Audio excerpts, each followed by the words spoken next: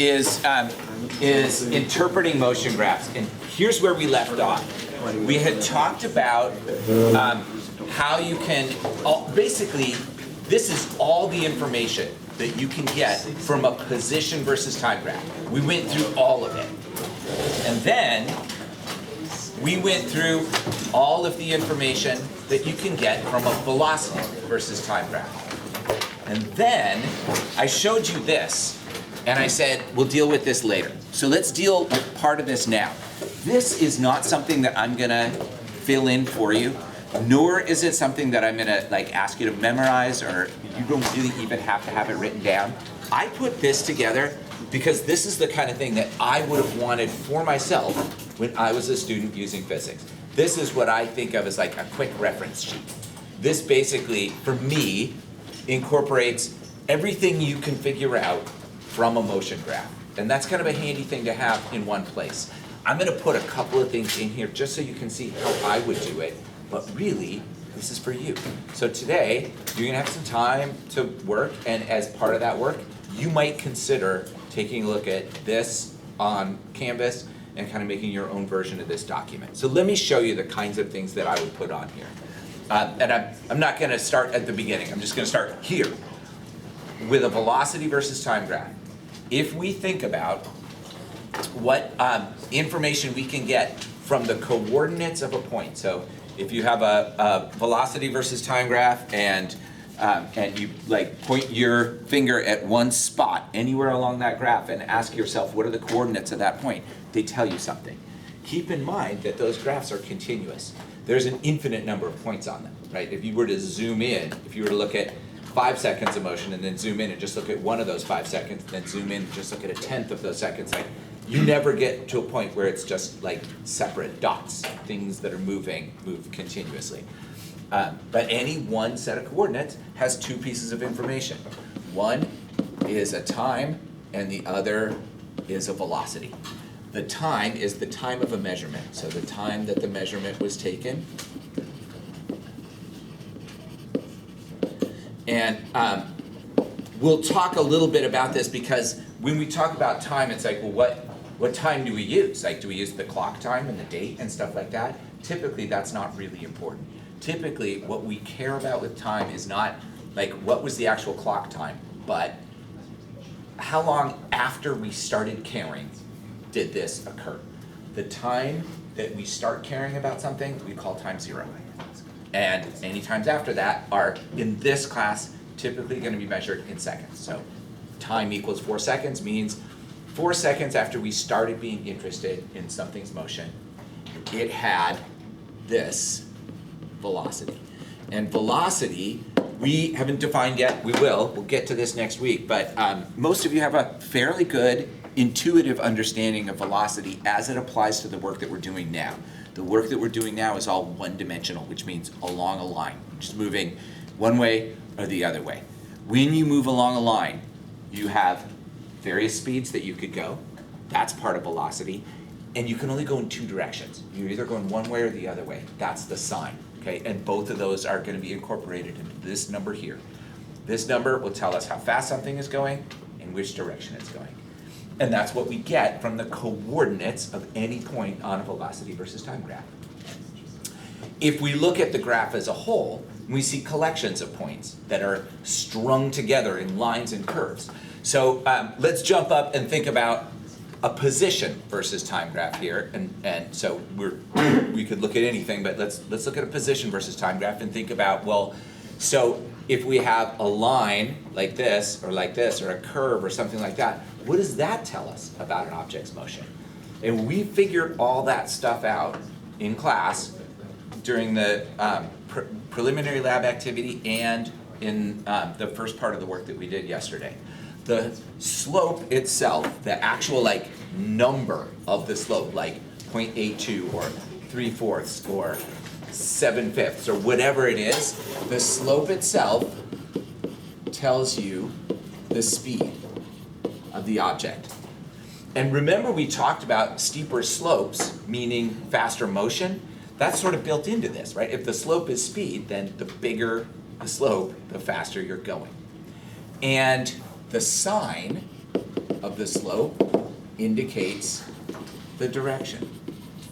Okay, so this part, I'm really referring to part of this quantity called the magnitude, the number part of it without the sign. This is the sign itself. So if you have a slope in this direction, you're moving in the positive direction. Slope in this direction, you're moving in the negative direction. Basically what this tells you is the slope of a collection of points on a position versus time graph is the velocity. That's kind of the take home. So a single point on a velocity versus time graph tells you the velocity.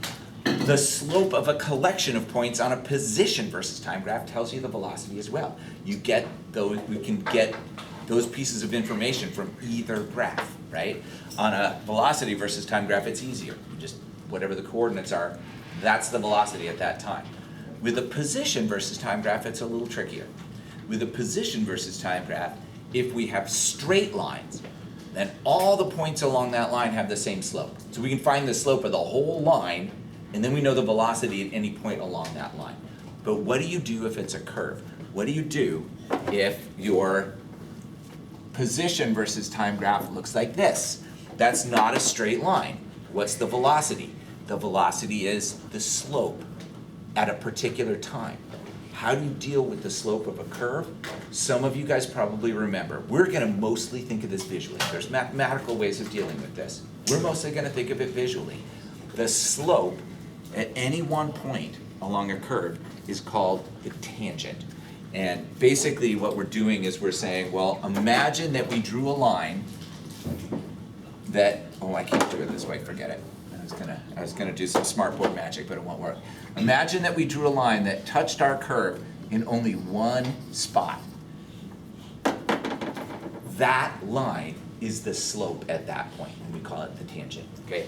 Visually, it's not that hard to see. If you have a curve, just kind of imagine like the tangent line just kind of moving along the curve. And we'll use some tools to do that, to visualize it down the road. And as I said, there's some mathematical stuff that we can do with this as well. But mostly what we're talking about here is a derivative, which is a calculus thing. And those of you who are in pre-calc or beyond may have heard that and applied it, but those of you who aren't, that's okay. We're not gonna be using that vocabulary here. All right, and so we keep going.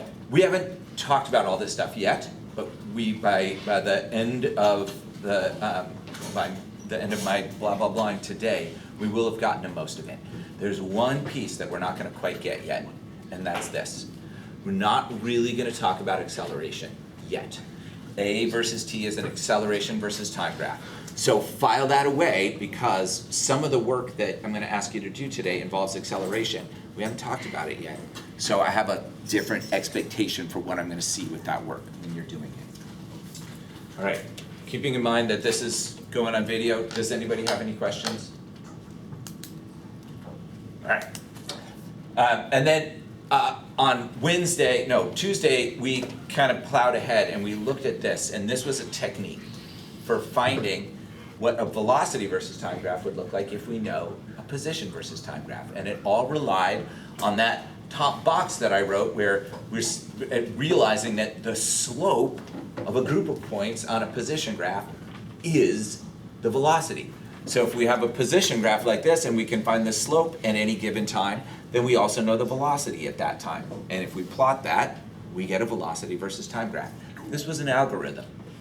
If you follow these steps, you'll get a velocity versus time graph that is associated with a given position versus time graph. There's other stuff we can do with these motion graphs. One thing we can find with a velocity versus time graph is something called displacement. Displacement is basically like the net change in your position over a period of time. Displacement takes into consideration that people can move back and forth. You can move a bunch and end up with a displacement of 0. My finger starts here, and moves here, and then here, and then here, but it ends up where it started. There's a lot of motion. My displacement was 0 because I just ended up where I started. Okay, so we're gonna have some back and forths in the motion that we look at in this class, and so when we think about displacement, we have to consider the fact that things can move in 2 directions along a one-dimensional line. So this particular technique is really looking at something that you all pretty much understand on at least some fundamental level, okay? And so I'm gonna start with something that's a little bit abstract as it relates to this, and then I think you'll see how it all comes together. So this technique is often referred to as finding the area under the curve.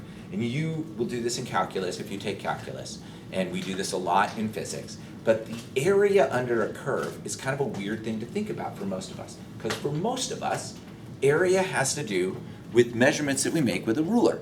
So if I draw a box up here, and I want to know the area of this box, I measure it.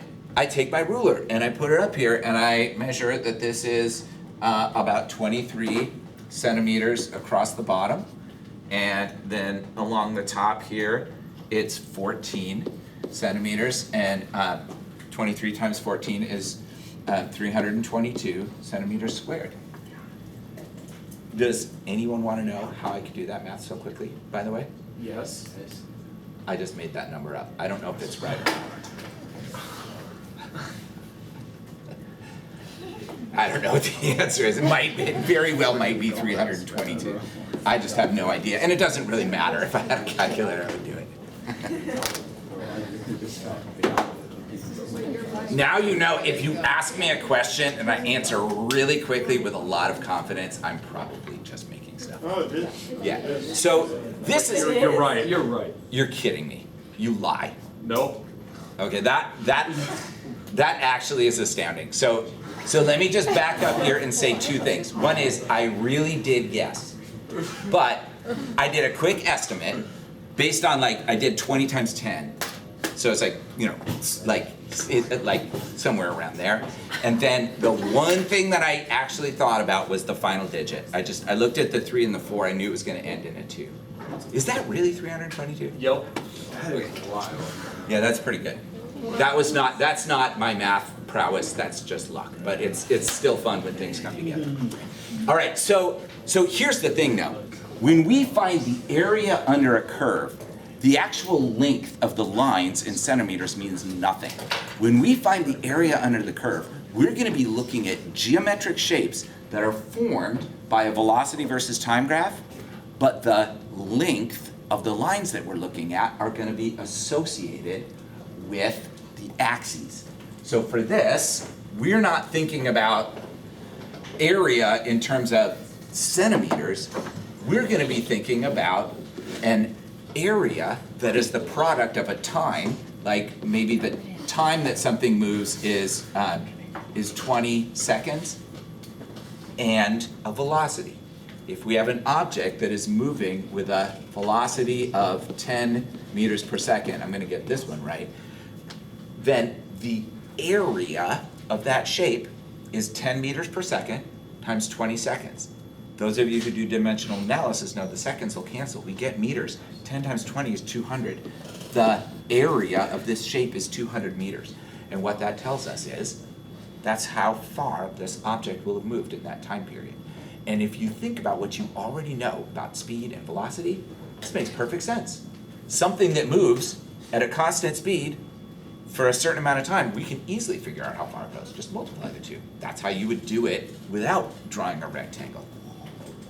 Where things get a little bit more challenging is when things aren't moving at a constant speed. Because you were taught years ago that that speed equals distance divided by time, which means that distance is equal to speed times time.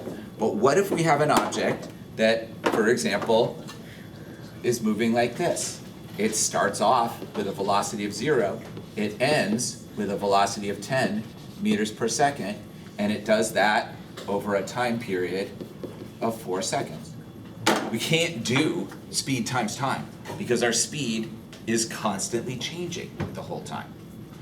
But what we could do is we could say, well, maybe in this case it makes sense to think about the average speed. Maybe it makes sense to say, well, on average we're going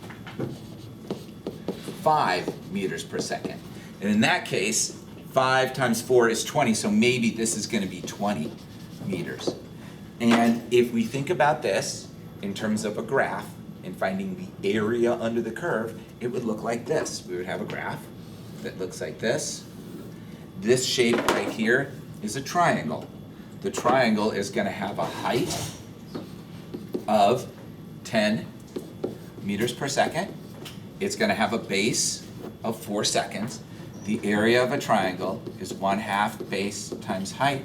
That's 1/2 times 4 times 10, and that is indeed 20. So basically, what we're doing when we use this area under the curve technique is we're finding the average velocity for a section of time and using that to figure out how far something goes. It's just a quicker way of doing it than like trying to like finagle your way to the average velocity. When we make shapes, the nice thing about making shapes is that if we have something complicated, like velocity that starts off constant, it doesn't start at 0, maybe it starts at 10 and then it goes to 20, then we can kind of incorporate a rectangle and a triangle on top of it, and I'll show you what that looks like in just a second. So let's apply that technique here. And one of the things about this algorithm is that if we want to know how far something goes, we need to know, like, over what time period are we looking. Often, if we know something about an object's motion, we care about the whole time. Like, we might care, in this case, how far did this thing go over this whole 6-second time period that it's up here. Other times, we only care about part of it, right? Like, if somebody starts running, and then I throw a ball at them, and I want to know how far do they go while the ball is in the air, then I'm going to start thinking about this thing's motion when the ball is first in the air. So maybe they've been running for 2 seconds, and then I throw the ball. And then the ball hits the ground after 3 seconds of being in the air, which means we're really looking in that just made up example at this time period, between 2 seconds and 5 seconds. If that's all we're looking at, then those are the only shapes we're going to find the area of. So if our time is from 2 seconds to 5 seconds, then what we're going to do is we're going to identify geometric shapes here that we can find the area of. And it's between the line on the graph and the x-axis. It's not under, like down on your page always, because, for example, here, we have a line that drops below the x-axis. So here's what our shapes are going to look like.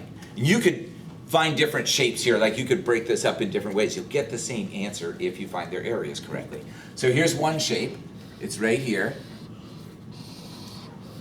Okay. Here's another shape. It's a triangle. It's right here. And here's another shape. It's a triangle. It's right here. And I'm going to find the area of each one of those shapes. The area of my rectangle is, well, length times width. My length is 1 second. My width or height is 10 seconds. So 1 second, or not 10 seconds, but 10 meters per second. 1 second times 10 meters per second is 10 meters. That's my rectangle. This triangle right here has a base of 1 second, and it has a height of 10 meters per second, and that gives me an area of 5 meters.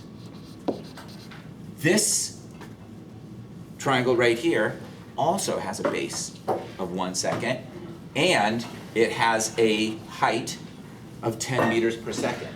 So we might think, well, this is another 5 meters here, but negatives matter. For this time period, I am moving forward and slowing down until I get to a velocity of 0. For this time period, I'm moving in the negative direction.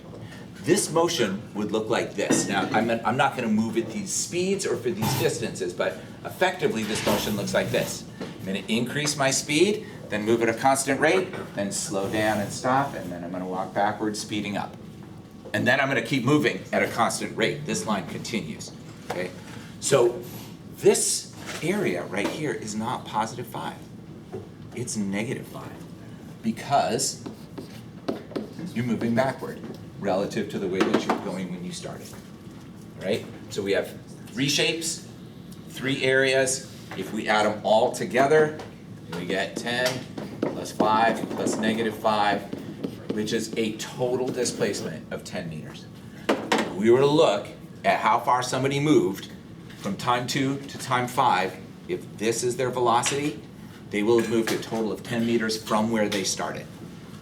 10 meters this way, another 5 meters that way, and then 5 meters back.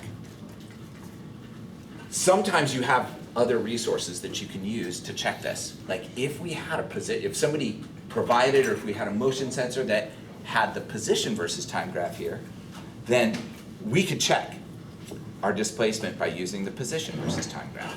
Displacement on a position versus time graph is just how far you went during that time period, the difference in your location along with the direction. So what we would expect here is wherever this person started, they would have ended up 10 meters in the positive direction on a position versus time graph. And we know they went past that and then they came back. So our position versus time graph would like go up and then come back down, right? Like would have to, because you sort of overshot your final points, but you came back. So with displacement, if we think about displacement here, what we can figure out is how far we go at each time period. And then if we think about how that might help us figure out position, what we realize is like, well, if we just say like you start at position 0, and then we think about displacement, we can now make a position versus time graph from a velocity versus time graph. And that's what I'm gonna do next. And this one is tricky. Not the trickiest thing you'll see, not the trickiest thing you'll see in this class, but the trickiest thing we've done so far. And the reason is because this velocity versus time graph doesn't only have horizontal lines. We have sections here where the speed is increasing and decreasing. So that means we're gonna see something different on our position versus time graph. We talked about this briefly the other day. When speeds are changing, you get a curve. You don't get straight lines on your position versus time graph. So somehow we have to figure out how to get curved lines on a position versus time graph when like it's hard to draw a curve on a graph. So this one is reasonably tricky.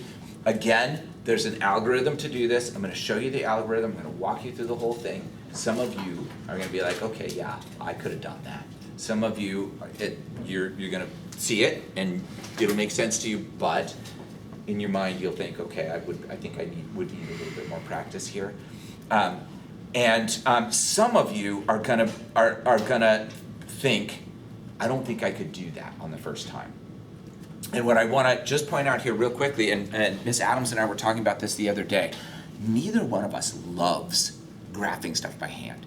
It's not, I wouldn't say that I'm bad at it exactly, but I'm actually, one thing I am, and I'm not trying to be self-critical, but I am not particularly good at like drawing lines where I want them. It's a little bit worse on the smartboard because there's a calibration here, but like many of you with sharp eyes probably noticed, like I drew this curve and then I drew a line and I meant the line to touch the curve and it didn't.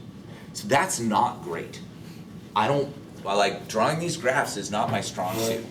The thing that's hardest for me is the scale. So usually when I have to make a graph, if I have some data or I'm doing something like this, I start making my graph. Almost always I realize only after I've started doing it, oh crud, this is the wrong scale. And then I end up with a graph that's tiny and you can't see it, or that like goes beyond the borders of the page. If you gave me this and said, make a position versus time graph, it's very likely that I would go through 1 or 2 sheets of graph paper before I was able to get it right. There would be some crumpling.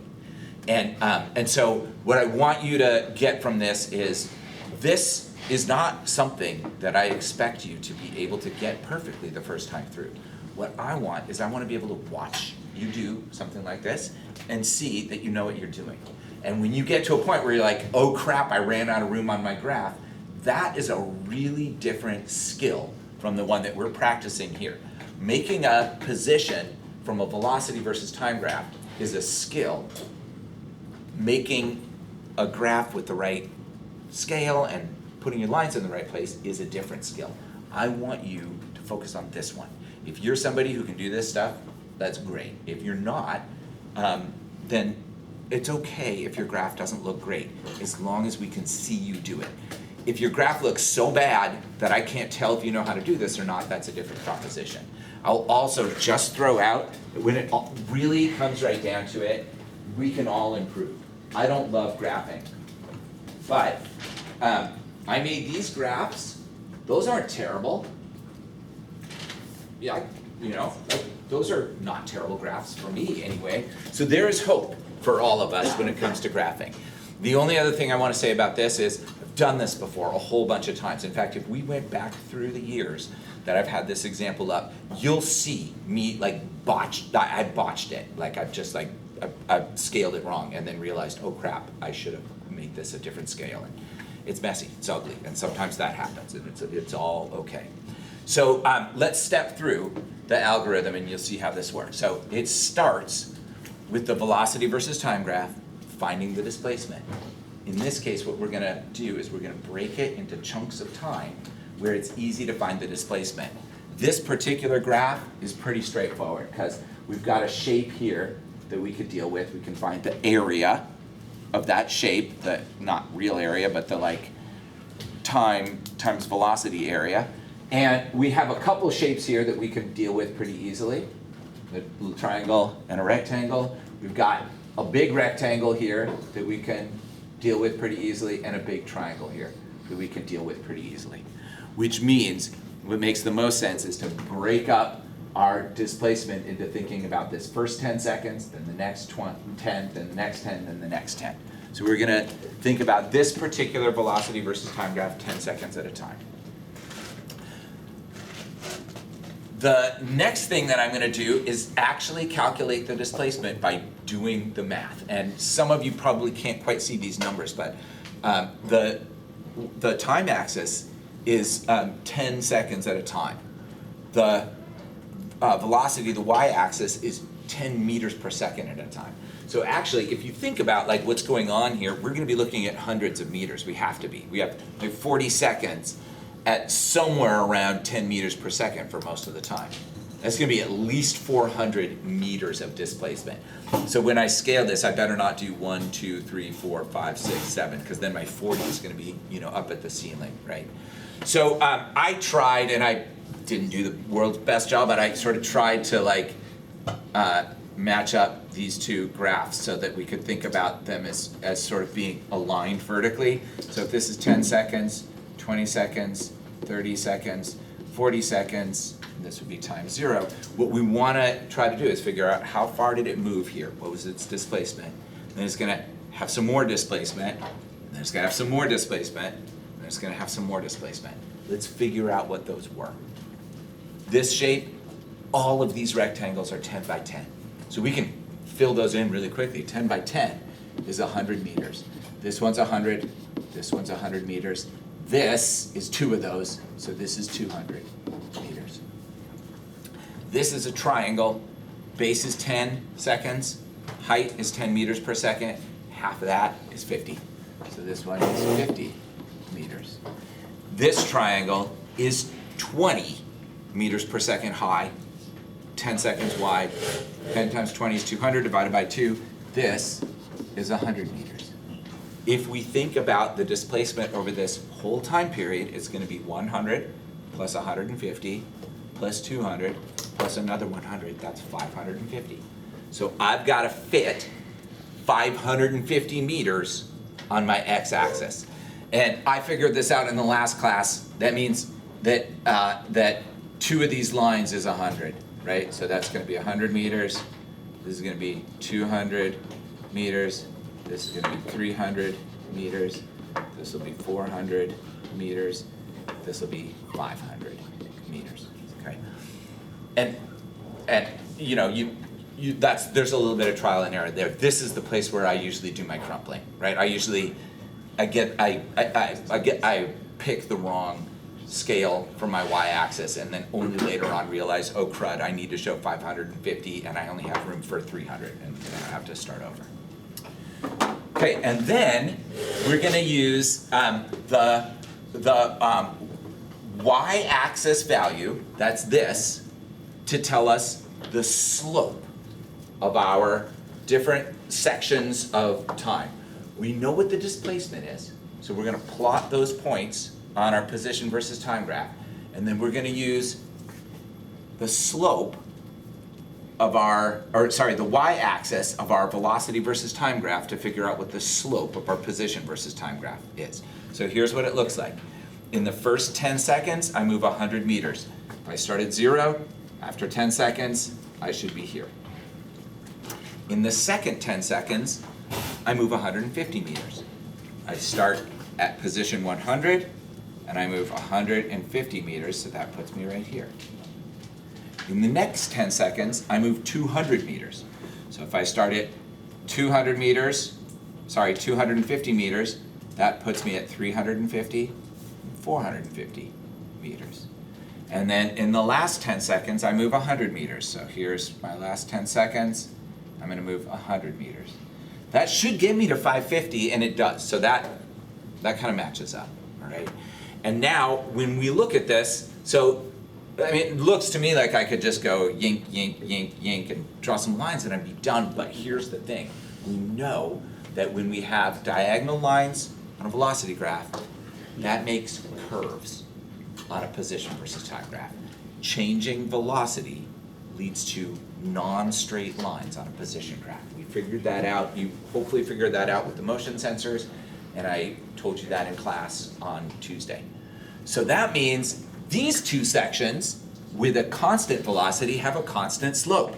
This constant slope is 10 meters per second. This constant slope is 20 meters per second. These two sections do not have a constant slope. I'm not just going to draw a straight line to connect those. What do these slopes look like? Well, for this section, it starts at 10 meters per second, so it starts in this direction, and it ends at 20 meters per second. So it goes from being this steep to being this steep. My curve is going to connect these, and it's going to start off in the same direction and end up in this direction. It's just a real subtle curve on this graph, but it's there. Okay, so instead of just drawing a straight line, we're curving it. The slope of my line to start matches my 10 meters per second here. The slope of my line at the end matches my 20 meters per second here. And then this last piece, my slope starts at 20, which is pretty steep. It ends at 0, which should be horizontal. The last one is more obvious. We can see it. It's going to look like this. Okay. And if we were to actually measure these slopes, like with a tangent line and plotting points and calculating the slope, it probably wouldn't match perfectly because this is a sketch. But, you know, it's reasonably close. And you can see, those of you who are like visual, especially those of you who are good at this kind of thing, you can see, oh geez, like that's not a beautiful graph. And again, I'm not going to offer a defense for that. What I am going to say is, every single one of you could see that I know how to do this. The graph isn't perfect, but you can see that I know how to do it. And I will also just say, like, it is hard to do this on a smartboard, because if you draw an X on the smartboard and then put your pen right in the middle and draw, it doesn't draw the point right where your pen is. It draws it like slightly somewhere else. So some of the imperfections here are down to the fact that the smartboard isn't perfectly calibrated.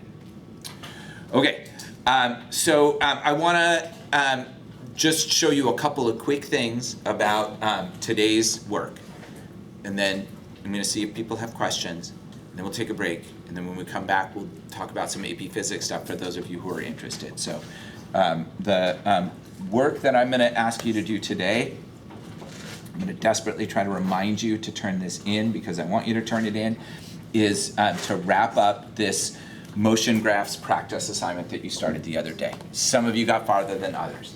At this point, we have now seen almost all of this, okay? So this stuff you worked on with the preliminary lab. If you have a description of motion, can you predict what the position versus time graph would look like?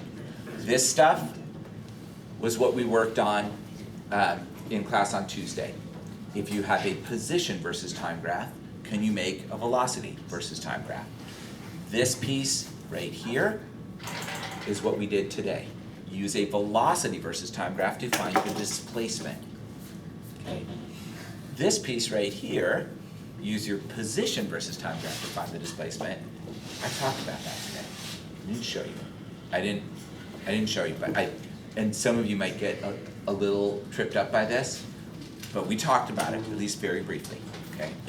Number 5, we have not hit yet, okay? And that kind of matches up with this box right here, the acceleration versus time, and a little bit with this box right here as well.